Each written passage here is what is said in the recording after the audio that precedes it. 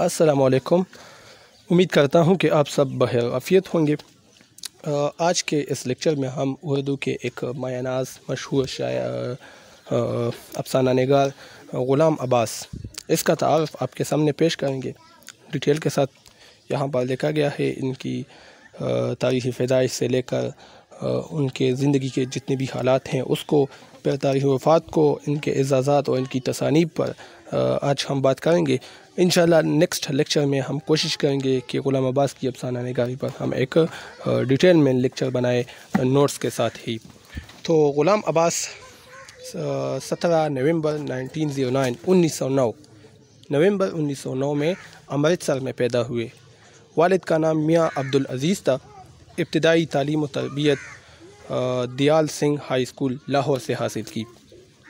ग़ुलाम अब्बास ने 1941 ईस्वी में पंजाब यूनिवर्सिटी लाहौर से अदीब आलम का इम्तिहान पास किया। 1942 ईस्वी में मैट्रिक और 1944 में FA का इम्तिहान इन्होंने पास किया। BA का इम्तिहान देना चाहते थे लेकिन हालात ने इजाज़त ना दी।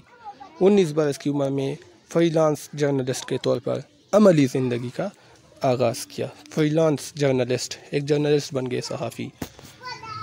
1928 से 1937 ईस्वी तक बच्चों के रिसाले पूल और औरतों के रिसाले तहज़ीब नस्वां के मुदीर रहे। 9 सालों तक इन 2 रिसालों के मुदीर रहे हैं, पूल और तहज़ीब नस्वां के।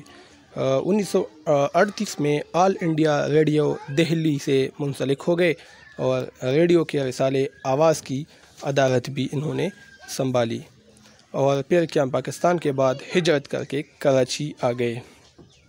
1948 ईस्वी में रेडियो पाकिस्तान का रिसाला आहंग इनकी अदालत में जारी हुआ।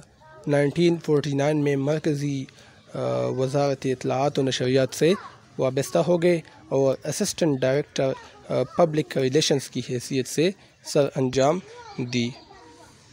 1949 ईस्वी से 1952 ईस्वी तक BBC लंदन से बतौर प्रोड्यूसर वाबस्ता रहे और फिर वतन वापस आकर दोबारा रिसाला आहंग की अदालत संभाली और फिर 1967 ईस्वी में इससे रिटायर्ड हो गए। ग़ुलाम अब्बास ने बहुत से ममालिक का सफ़र किया जिनमें फ़्रांस, स्पेन, इंग्लिस्तान, कनाडा और अमेरिका शामिल है। ग़ुलाम अब्बास ने पहली शादी 1929 ईस्वी में 20 साल की उम्र में कश्मीरी लड़की से की, लेकिन चंद साल बाद ही इनके माबैन तलाक हो गई। ग़ुलाम अब्बास ने दूसरी शादी 1939 ईस्वी में ख़ानदान ही की लड़की ज़ाकिरा बेगम से की। इनसे इनके 5 बच्चे हैं, 1 बेटा और 4 बेटियां। तीसरी शादी भी की है इन्होंने 1952 ईस्वी में क़याम लंदन के दौरान हुई। जब ये लंदन में थे इनसे 4 बच्चे थे जिनमें 3 बेटियां और 1 बेटा था। अब हम आते हैं इनकी अदबी ज़िंदगी की जानिब। ग़ुलाम अब्बास ने अपनी अदबी ज़िंदगी का आगाज़ तकरीबन 13 बरस की उम्र में किया।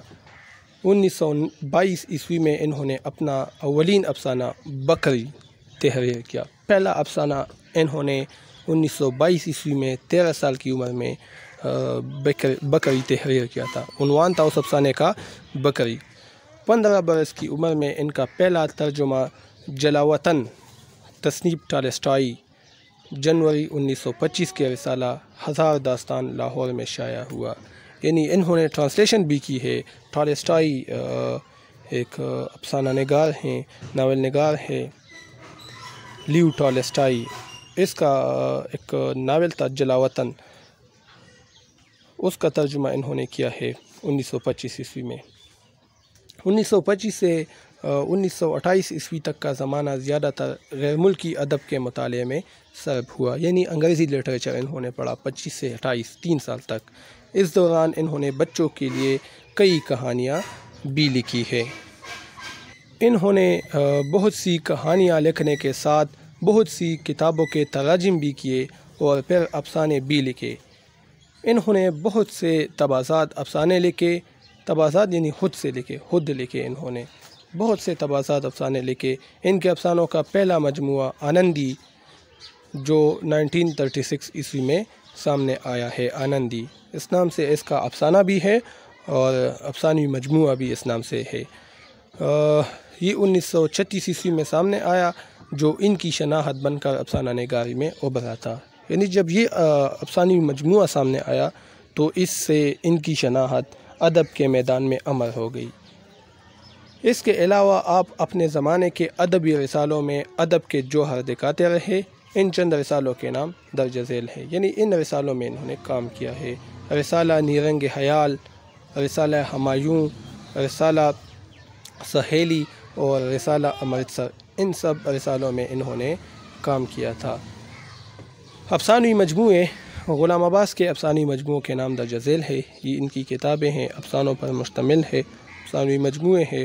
آنندی ہم نے بات کی، آنندی یہ جو ہے 1936 عیسوی میں شائع ہوا تھا۔ آنندی یہاں آپ صاف دکھائی نہیں دے رہا، آنندی 1936 عیسوی میں۔ جاڑے کی چاندنی 1960 میں، کن رس 1969 میں اور رینگنے والے 1980۔ یہ ان کے افسانوی مجموعے ہیں، یاد رکھیں، آنندی، جاڑے کی چاندنی، کن رس اور رینگنے والے۔ مشہور افسانے، تو ان کے کئی مشہور افسانے بھی ہیں۔